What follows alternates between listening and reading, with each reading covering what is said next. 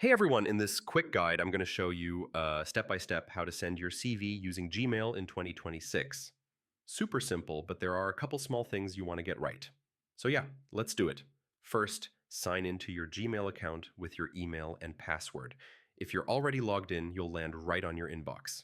Now go ahead and click the Compose button in the top left corner. This opens a new email window. In the To field, type the email address of the recruiter or company. Double check it. A tiny typo can bounce your message. For the subject, keep it professional. Something like application for marketing assistant, CV attached, works great.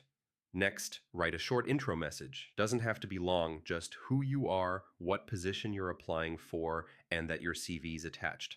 Now click the paperclip icon to attach your CV. Make sure your file name looks clean, something like John Doe CV instead of random letters.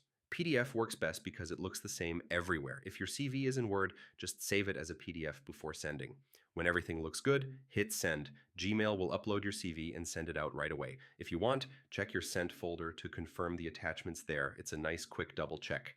And that's it. You've officially sent your CV through Gmail. Hope this helps. And yeah, good luck with your application.